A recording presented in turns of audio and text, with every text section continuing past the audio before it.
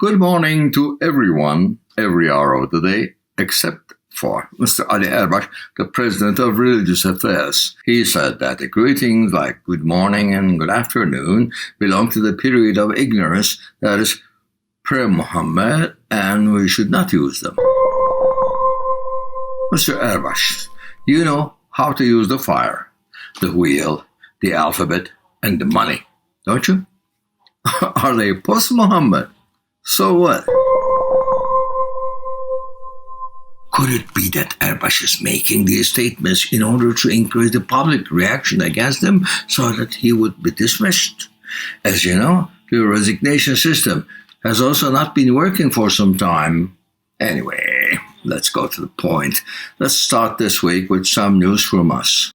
6 months have passed since the start of the Human Rights Action Plan announced by the President. We have published our second Civil Society is Watching report, in which we discuss the activities predicted in the Action Plan calendar and the developments in the context of rights and freedoms in Turkey in the corresponding period. In a statement made by Democracy in Progress Party Istanbul MP Mustafa Yeneroğlu on the Human Rights Action Plan, it was emphasized that it was not possible to follow the action plan activities by the public. Yeneroğlu said that in the last 6 months period, steps were taken for only 20 of the 80 activities that had to be fulfilled as of September 5 by the administration, and that they remained in words only. In our second monitoring report, you will read much less than the figures announced by Yeneroğlu because the number of activities announced on the website where the activities would be shared with the public is almost non-existent as of the beginning of September. Let's cut it here. For those who are curious, our report is live on our website, düşünthing.net, and our social media accounts. We'll also post a video newsletter of our monitoring report next week. Now, let's see how this week passed.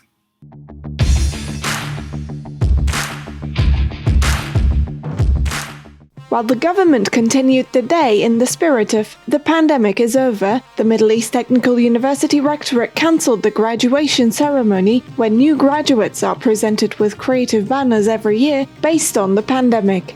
Less than a month since the end of massive wildfires, it has been revealed that 7 mines, hotels, and wind power plant projects to be constructed in forest areas in different districts of Muğla have been given either an environmental impact assessment not required or an environmental impact assessment positive report.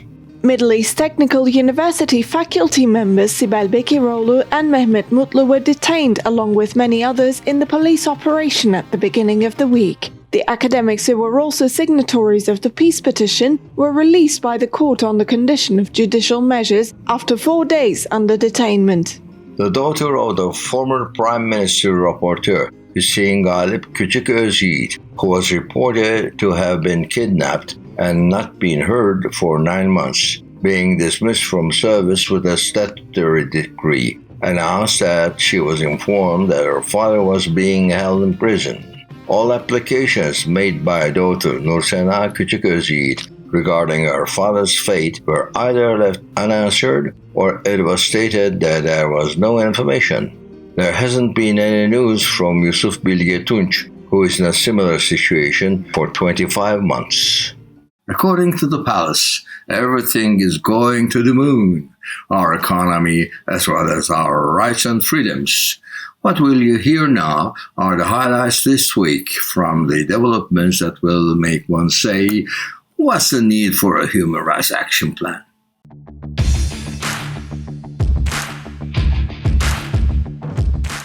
The news on the website of the Freedom of Expression Association about the evacuation of the Titanic Deluxe Bodrum Hotel, which was claimed to have been built on the forest land in Bodrum Güvercinlik in 2007 due to the forest fire in July 2021, was banned to access. Furthermore, the news reported by the Turkish Workers' Party parliament member and journalist Ahmet Şık, in which he announced the access ban against the 7 tweets of his, in which he brought forward allegations about the president's former lawyer Mustafa Doğan İnal due to violation of personal rights.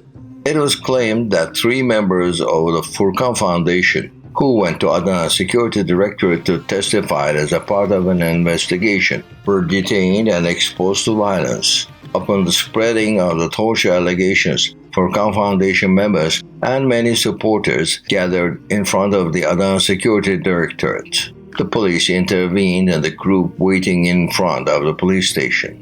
Pride Eskişehir announced that an investigation has been launched against those who participated in the Eskişehir Pride March held on June 30th, 2021.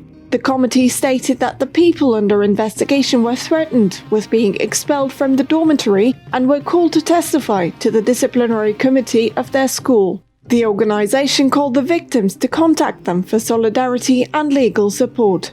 It turned out that the excess ban decrees issued for certain news articles, which were arranged to seem like they had been issued by Bakırköy's second criminal judicature of peace in July and September, and were issued to Diken and Gazete Duvar, were fake. In criminal complaint made against those who have prepared the related documents, the prosecutor's office issued a verdict of non-prosecution. Turkish Journalists Association Diyarbakır representative and journalist Mahmut Oral, who was tried on the charge of terrorist organization membership, was acquitted in the first hearing of the lawsuit filed against them at the Diyarbakır 4th Assize Court. Physician Narin Kayataş, who is employed at Taksim Training and Research Hospital, was banned from public service after 3 investigations on the grounds of her behavior in general was incompatible with general morality. The physician announced that she was interrogated during the investigations with questions like, "Are you a transsexual woman? Why did you participate in the March 8 demonstrations? What do you mean with your tweet in which you wrote, 'When the election is here, vote for the Republican People's Party and move along,' as well as other questions about her private life. The European Court of Human Rights application of Siirt Mayor Tuncer Bakırhan, who was arrested on the charges of armed terrorist organization membership and making propaganda for a terrorist organization and was replaced with a trustee, was concluded. Turkey will pay 13,000 euros in compensation to Bakırhan, who was sentenced to 10 years and 18 months in prison and was released in October 2019. The court ruled that the politician's right to freedom of thought and expression and the right to freedom and security had been violated. With a decree issued by the Istanbul Third Criminal Judicature of Peace, access to a large number of news stories about Sabri Çelebi, who faces an investigation due to forming a gang and detaining foreign women by force to prostitution, has been banned. Another access ban decree was issued earlier on Halk TV's news that Çelebi was in Dubai after coming into the agenda by attacking the demonstrators with a meşale during the Gezi Park protests. Batman Chief Public Prosecutor's Office launched an investigation against 13 people who danced the folk dance to Şivan Perver's song Sahildan Giane, which means "to live is to revolt," which was played from the stage during the People's Democratic Party rally on August 14. Those facing an investigation are charged with making illegal organization propaganda and were summoned to the Batman Anti-Terror Unit to testify. The prosecutor's office argued that the song contains a number of organizational expressions. Journalist Faruk Arhan announced that he was summoned to testify within the scope of the investigation launched by the Gaziantep Chief Public Prosecutor's Office on the charge of inciting the people towards hatred and hostility, in accordance with Article 216 of the Turkish Criminal Code, due to his social media posts. The posts subjected to investigation stated, "There is a very serious preparation for provocation in the country. Pelicanists have been active for the last 3 days, and they stepped up after the Konya massacre. The Justice and Development Party is losing blood. A new June 7, November 1st period may have started. Everyone should be very careful. And journalists in the country can only ask questions to People's Democratic Party members." Social media influencer Selam Pınar Işık, who's publicly known with Elias Pukka, faces an imprisonment claim from 6 months up to 1 year due to openly denigrating a part of the society based on social class, religion, sect, gender, and regional differences. The prosecutor is claiming for Işık to be convicted due to a tweet dated July 9, 2020, in which she said, "I watched so many series with homosexuals in them. I finished movie after movie, but no, I still don't like the despicable, characterless gender called man." The police intervened against the residents of Lice Yenişehir district who were protesting against electricity distribution company DEDAŞ's attempt to move the current meters to the electricity poles. Lice police detained many protesting citizens by raiding their homes at night. 8 people were previously detained during the quarrel that occurred in the neighborhood on September 11th. A decree of non-prosecution was issued in the investigation opened against Fırat Gergel Daily's managing editor Özgür Boğatekin due to public incitement towards resentment and hostility through a social media post on the Meram massacre. Boğatekin's post, which was subject to investigation by the Adıyaman Gerger prosecutor's office, was as following. The attackers who attacked the Kurdish family in Konya the other day and were arrested and sent to prison attacked the same family again on the day they were released. In the attack that took place, 7 people from the same family were brutally murdered. The same unscrupulous murderers set fire to the house and escaped the area. We all know that the government could not provide the security and protection of the Kurdish family, which was attacked twice in a week, provided protection for such murderers who carried out the attack for years. Shame on you. An investigation was started against Human Rights Association's Adana chairman and attorney Yakup Ataş due to public incitement towards resentment and hostility through his statements during the press meeting organized at the association building on April 24, as well as the expression "the Armenian genocide." Those who seek their rights defenders, journalists, social media users, and everyone who speaks up continue to fall into court holes.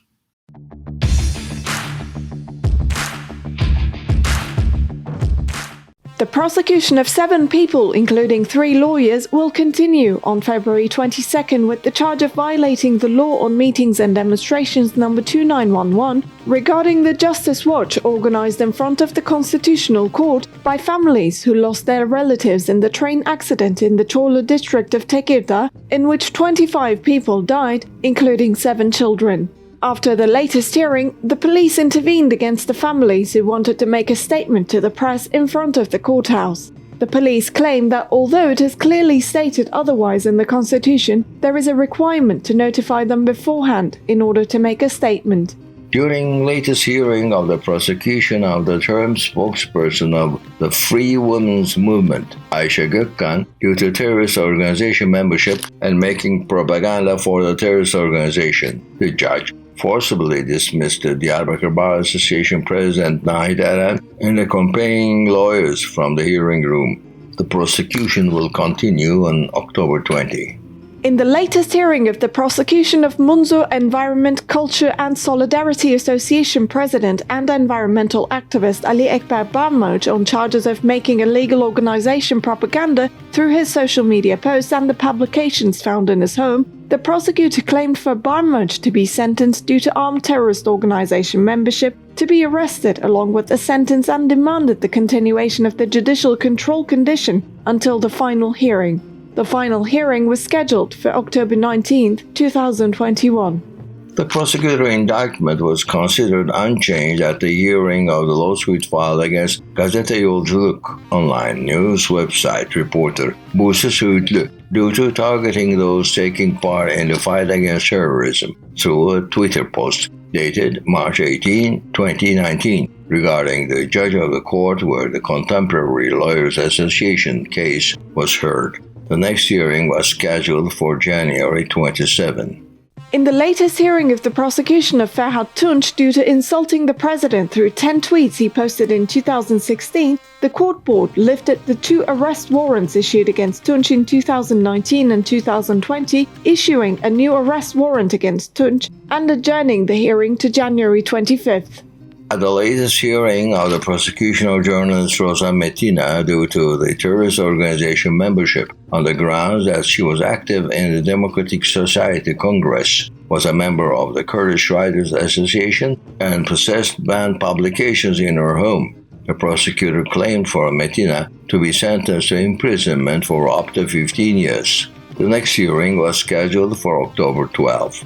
The prosecution of 22 people, including Etkin News Agency reporter Adil Demirci, Socialist Party of the Oppressed and Federation of Socialist Youth Associations members, will continue on April 8th due to making terrorist organization propaganda and illegal organization membership. The defendants continue to face judicial measure restrictions. In the latest hearing of the lawsuit against Contemporary Lawyers Association chairman Selçuk Kozağaçlı due to terrorist organization membership, the court issued for lawyer Barkın Timtik and Kozağaçlı to remain under arrest. The next hearing was scheduled for November 17. In the lawsuit filed against 23 people, including Etkin News Agency reporter and translator Meşale Tolu, due to illegal organization membership and making illegal organization propaganda, the prosecutor claimed for the acquittal of Tolu and 13 others. The next hearing was scheduled for December 24th. Let's hope that the coming week will not be worse than the past one. Goodbye.